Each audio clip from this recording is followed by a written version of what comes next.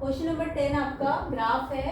अब ध्यान से देखिए, इस ग्राफ में आपको पूछा तो सिंपल है नंबर ऑफ जीरोस, तो ज़्यादातर बच्चे नंबर ऑफ जीरोस कर ही लेते हैं। वो कहते हैं कि एक्स एक्सिस में हम देख लेंगे कि कहाँ कहाँ पे पॉइंट कट रहा है, उतने नंबर ऑफ जीरो होते हैं। तो ये आप क्या करोगे, एक्स एक्सिस के पॉइंट काउंट कर लो कहाँ कहाँ पे कट कर रहा है, तो ये 3 लिख दोगे, है ना।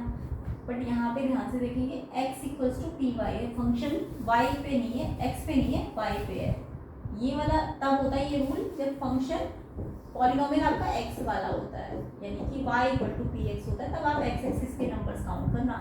बट अगर पॉलिनोमियल आपका x equal to F P Y, polynomial y axis पे दे रहा है, y इसके जीरोस y मिलेंगे आपको, x के अराउंड नहीं मिलेंगे, ठीक है। तो यहाँ पे देख लेना x equal to P Y है, तो आपको y के अंदर देखना है कितनी बार काट रहा है, y पे कितनी बार काट रहा है, 1 2 3 4, y एक्सिस को ये 4 जगह पे काट रहा है, तो इसके जीरोस कितने आ जाएंगे 4, ठीक है। अगर ये अगर question y equal to P X होता तो आप कहाँ पे देखते x एक्सिस पे, तो x एक्सिस पे तो सिर्फ एक ही आता ना, x एक्सिस पे कितना आता, सिर्फ ये 0 आता, तो तब एक होता आंसर। x एक्सिस अगर ये y equal to P X वाला क्वेश्चन होता तो सिर्फ एक जगह पे काट रहा था, है ना, तब एक होता आंसर। बट अभी क्वेश्चन ध्यान से पढ़ना, एक्स पी वाई है यानी पॉलिनोमियल y वाला है, तो y के अलोंग आपको नंबर ऑफ जीरोस मिलेंगे, ठीक। अगला क्वेश्चन देखते हैं।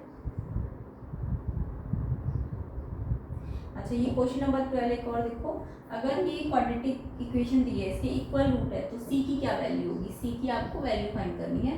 तो ये क्वेश्चन तो आप खुद भी कर सकते हो। अरुणा के पास 1 रुपये 2 रुपये की कॉइन है, तो नंबर ऑफ कॉइन 1 रुपये के x है, 2 रुपीज़ के y है, और टोटल कॉइन कितने हैं 50। और दूसरी इक्वेशन आपकी 1 रुपी और 2 रुपी की जो वैल्यूज़ है, उनकी अमाउंट है वो 75 है। तो अमाउंट कैसे बनेगा, 1 रुपीज़ है तो 1x बन जाएगा, 2 रुपीज़ है तो 2y बन जाएगा।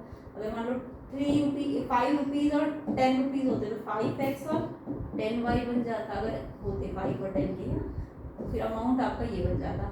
बट नंबर तो यही रहेगा, एक का नंबर x है, एक का नंबर y है, तो उनके नंबर कितने 50, उनका अमाउंट निकाला, तो जो नंबर नॉट है कॉइन है ना, 1 रुपीज़ का तो 1x, 2 रुपीज़ का तो 2 रुपीज़ का 2y, 5 रुपीज़ का होता तो 5x, 10 रुपीज़ का होता तो 10y, ठीक है। तो ये आपके पास क्या आ जाएंगी, दो इक्वेशंस आ जाएंगी। आपको उससे क्या करना है, एलिमिनेशन लगा के सॉल्व करना है। एलिमिनेशन तो सबको आता ही होगा।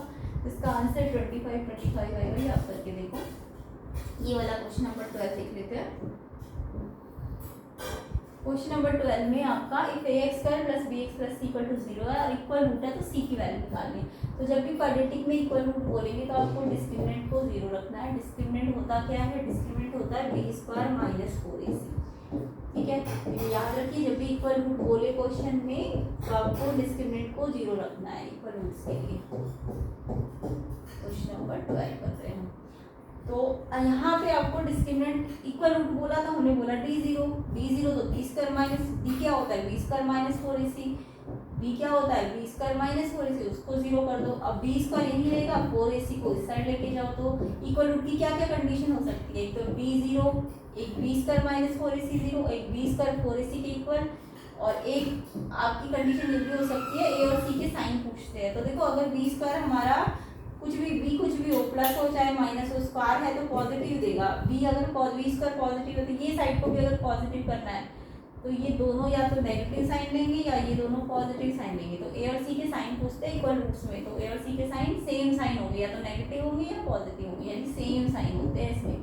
तो ऐसा क्वेश्चन भी पूछ लेते हैं, साइन कैसे होंगे a और c के, अगर इक्वल रूट है तो a और c के साइन कैसे होंगे सेम, क्योंकि ये पॉजिटिव साइड हो गई ना, तो इनको भी पॉजिटिव करने के लिए दोनों को या तो माइनस होना पड़ेगा या दोनों को प्लस होना पड़ेगा, तो सेम साइन होंगे।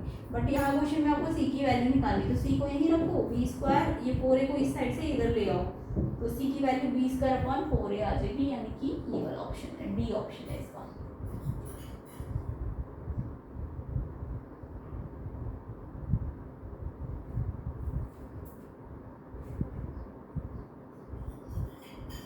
चलिए अब हम थोड़े आगे के क्वेश्चन करते हैं। तो ये याद रहेगा ना, इक्वल रूट्स की कंडीशन डिस्क्रिमिनेंट 0 होना चाहिए,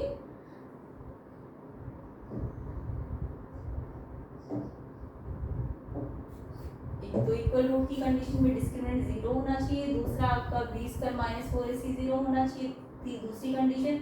तीसरी कंडीशन b स्क्वायर 4ac होना के बराबर होगा, और c क्या हो जाएगा b स्क्वायर अपॉन 4a। तो 13 क्वेश्चन करते हैं। The least number which when divided by 18, 24, 30 and 42 will leave remainder 1 in each case.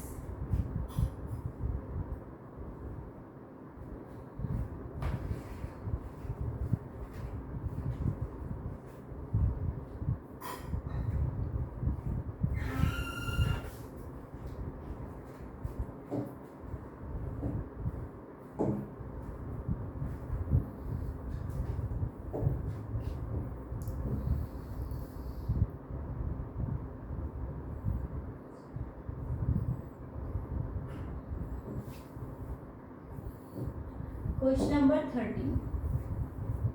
The least number which when divided by this will remainder 1. अगर मुझे लीस्ट नंबर निकालना है, अगर मैं उनको इस नंबर से डिवाइड करूँ तो रिमाइंडर कितना बचना चाहिए? 1 बचना चाहिए। तो जब भी आपको लीस्ट बोलते हैं तो आपको एलसीएम निकालना है, बार बार बता चुकी हूँ। अगर ग्रेटेस्ट बोलते हैं तो एचसीएफ निकालना होता है, लीस्ट बोलते हैं तो एलसीएम निकालना होता है। ठीक है, तो डिफरेंस क्या है वो बता देती हूँ। अगर लीस्ट बोलते हैं तो आप एलसीएम पहले निकालोगे और बाद में रिमाइंडर को प्लस कर लेना। ठीक है, बट अगर ग्रेटेस्ट बोलते हैं लीस्ट की जगह तो एचसीएफ निकालते हैं, अगर ग्रेटेस्ट बोलते हैं या लार्जेस्ट तो एचसीएफ निकालते हैं। और एचसीएफ पहले नहीं निकालते, पहले आपको रिमाइंडर को माइनस करना पड़ता और फिर एचसीएफ निकालते। रिमाइंडर 1 होता है ना, तो सब में से 1 को माइनस कर देते हैं आप। ठीक है, सारे नंबर में से 1 को क्या करना होता है? माइनस करना होता है। बट एलसीएम में ऐसा नहीं होगा। एलसीएम में आपको पहले एलसीएम निकालना है, उसके बाद आपको रिमाइंडर को सब में से माइनस, सब में प्लस नहीं करना, सिर्फ एक बार रिमाइंडर को प्लस कर लेना है। ठीक है, एचसीएफ में पहले क्या करना है? पहले रिमाइंडर को माइनस करना है। मान लो यहाँ ग्रेटेस्ट होता तो आप क्या करते? पहले 1 को इसमें से माइनस करते, पहले माइनस करते बाद में एचसीएफ निकालते। बट लीस्ट है तो एलसीएम निकालना है, पक्का है। पहले एलसीएम निकाल लो और फिर लास्ट में रिमाइंडर 1 है ना, तो उसको 1 रिमाइंडर को प्लस कर दो, एक ही बार प्लस करना है बस। तो पहले एलसीएम निकाल लो। 18, 24 क्वेश्चन तो लीस्ट वाला तो एलसीएम वाला केस है। अगर ग्रेटेस्ट होता तो पहले रिमाइंडर माइनस करना है सब में से और फिर एलसीएम निकालना है, सारे जो बाद में नंबर आएंगे आपके पास माइनस करके। तो चलिए इसके एलसीएम निकाल लीजिए। 18, 24, 30 और कितना है? 42।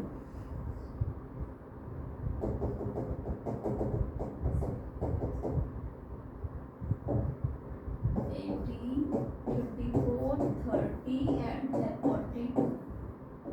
तो ये सारे 2 पे चले जाएंगे। 2 9 जा, 2 12 जा, 2 15 जा, 2 पे ये 21 पे चला जाएगा। फिर ये 2 पे फिर से चला जाएगा। 9 नहीं आता, 12 आता है 6 पे, 15 नहीं आता, 21 नहीं आता। अब ये सारे मोस्टली 3 पे चले जाएंगे। 3 3 जा, 3 2 जा, 3 5 जा, 3 7 जा। प्राइम फैक्टर नहीं लेने हैं यहाँ पे, कंपोजिट नहीं ले सकते, 4 6 नहीं ले सकते, या तो 2 3 या 5।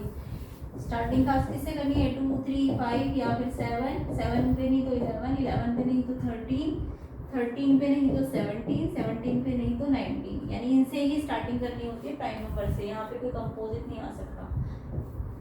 अब 3 पे चला जाएगा, 2 नहीं आता, 5 नहीं आता, 3 पे 7 नहीं आता। सब अपने अपने टेबल्स पे आएंगे। 2 1 जा पे आएगा तो 5 नहीं आएगा, फिर 7 5 भी अपने पे ही आ जाएगा, फिर लास्ट में 7 भी अपने पे ही आएगा। तो ऐसे करके ये सबको करना आता ही होगा। इन सबको मल्टीप्लाई कर लो।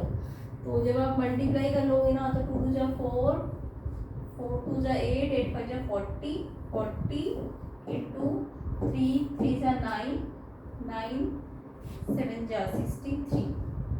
फिर से मल्टीप्लाई कर लो। 4 3 12, 4 6 24, 1 2 5 2 0। अब मैंने आपको क्या कहा? ये जो रिमाइंडर है लास्ट में इसको प्लस कर लेना एक बार से, सब में प्लस मत करना। तो 2521 इसका आंसर हो जाएगा, बी ऑप्शन।